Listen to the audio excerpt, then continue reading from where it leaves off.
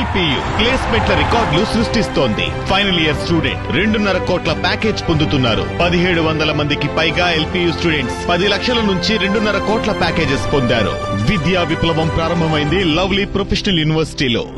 Ration బియ్యం కోసం అడవి బిడ్డలు అష్టకష్టాలు పడుతున్నారు. రేషన్ తెచ్చుకునేందుకు ప్రమాదకరమైన మార్గంలో చంటి బిడ్డలతో కొండలు గుట్టలు ఎక్కి దిగుతున్నారు. 6 కిలోమీటర్ల దూరంలో ఉన్న రేషన్ దుకాణానికి వెళ్లి సరుకులు తెచ్చుకోవడానికి శ్రీకాకుళం జిల్లా పాతపట్నం నియోజకవర్గంలోని గొట్టిపల్లి రేషన్ డిపో పరిధిలోని గిరిజనులు తీవ్ర ఇబ్బందులు ఎదుర్కొంటున్నారు. ఓవైపు బియ్యం, మరోవైపు బిడ్డను మోసుకుంటూ జోరు వానలో కాలినడకనే వెళ్తున్నారు. రేషన్ దుకాణానికి వచ్చి సరుకులు తెచ్చుకోవాలంటే కష్టంగా ఉందని మాజీ ఎమ్మెల్యే రెడ్డి శాంతితో చెబుతూ గిరిజనులు ఆవేదన వ్యక్తం చేశారు. వైఎస్ఆర్సీపీ ప్రభుత్వం తీసుకొచ్చిన ఎండియు వ్యవస్థని మళ్లీ పునరుద్ధరించాలని వేడుకుంటున్నారు. మరింత సమాచారం మా కరెస్పాండెంట్ సునీల్ అందిస్తారు. ఎండియు వ్యవస్థ రద్దు చేయడంతో గిరిజనులు రేషన్ కోసం అష్ట కష్టాలు పడుతున్నారు. శ్రీకాకుళం జిల్లాలో గిరిజనులు రేషన్ తెచ్చుకోవడానికి అనేక ఇబ్బందులు పడుతున్నారు. ప్రస్తుతం మనం పాతపట్నం నియోజకవర్గంలోని గొట్టిపల్లి అనే గ్రామంలో ఉన్నాం. ఇక్కడ కొంతమంది గిరిజనులతో మాట్లాడదాం. రేషన్ ఇస్తున్న గిరిజనులు ఉన్నారు, వారితో. మేడం చెప్పండి, మీ పేరేంటి? ఎలాంటి జనరల్గా ఇంతకు ముందు ఎలా రేషన్ తెచ్చేవాళ్ళు, ఇప్పుడు ఎలా తెచ్చుకుంటున్నారు? అప్పుడైతే ఇంటి దగ్గరే వచ్చి ఇచ్చేవారంట. ఇప్పుడు ఎంత దూరం మీకు రేషన్ కోసం దుకాణంకి? దూరమే సార్. ఎంత దూరం? రోజు నడుచుకుని వెళ్తారు? ఇలాగా నడిచే వెళ్తాం సార్. ఇబ్బంది ఉంది దాంట్లో, ఏమనిపిస్తుంది? ఇబ్బంది. మరి ఏం కోరుకుంటున్నారు, ఏం చేయాలి? మళ్ళీ పాత పద్ధతి మళ్ళీ పాత పద్ధతి వస్తే బాగు సార్. ఇంటికి ఇస్తే, ఇంటికి వచ్చేస్తే బాగు సార్. దీనివల్ల ఎలాంటి ఇబ్బందులు ఉన్నాయి మీకు ఇలా తీసుకెళ్ళడంతో? మాకు ఇబ్బందే సార్. ఏంటి, ఏం ఇబ్బంది? ఇబ్బంది అంటే రోజుకి రావడం కిందకి, మళ్ళీ పోతే సిగ్నల్ రాకపోతే మళ్ళీ 2 రోజులు ఉండి అలాగా రావాలి సార్. వర్షం ఇవన్నీ. మీ పేరమ్మా? సావిత్రి.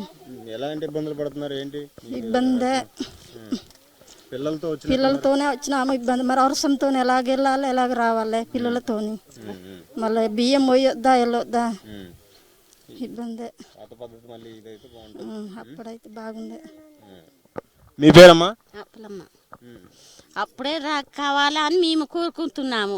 జగంలాగా సదుపాయం లేవు ఏదైనా వేయడానికి. ఇక్కడ నుంచి అక్కడ వెళ్ళాలంటే ఈ వర్షంతో జారు బురద. దూరమే, ఆ పైనే ఉంది మా ఊరు. రేషన్ కష్టాలు తెలుసుకునేందుకు పాతపట్నం నియోజకవర్గ మాజీ ఎమ్మెల్యే రెడ్డి శాంతి వచ్చారు. ఆమెతో మాట్లాడదాం. మేడం చెప్పండి, గిరిజనులు రేషన్ కోసం ఎలాంటి ఇబ్బందులు పడుతున్నారు? ప్రధానంగా మీరు చూస్తున్నారు కదా ఎంత కష్టాలు పడుతున్నారంటే, కేవలం ఆ రోజు జగనన్న గారు ఒక మంచి పద్ధతి తీసుకొచ్చారు. ప్రతి ఇంటికి వీళ్ళందరికీ గత 5 సంవత్సరాలుగా ఇంటింటికి వెళ్ళి రేషన్ అందించడం జరిగేది. ఈ చక్కనైనటువంటి రోడ్డు ఏర్పరచడం జరిగింది 7 కిలోమీటర్లు. కానీ ఈ కొండల్లో ఉండేటటువంటి గోడలకి, ఆ గోడల్లో కూడా జగన్మోహన్ రెడ్డి గారు ముఖ్యమంత్రిగా ఉన్నప్పుడు వైఎస్ఆర్సీపీ ప్రభుత్వంలో ప్రతి ఇంటికి కూడా బియ్యం అందించేవాళ్ళం. ట్రాక్టర్ మీద బియ్యం వెళ్ళి అందించేవాళ్ళం.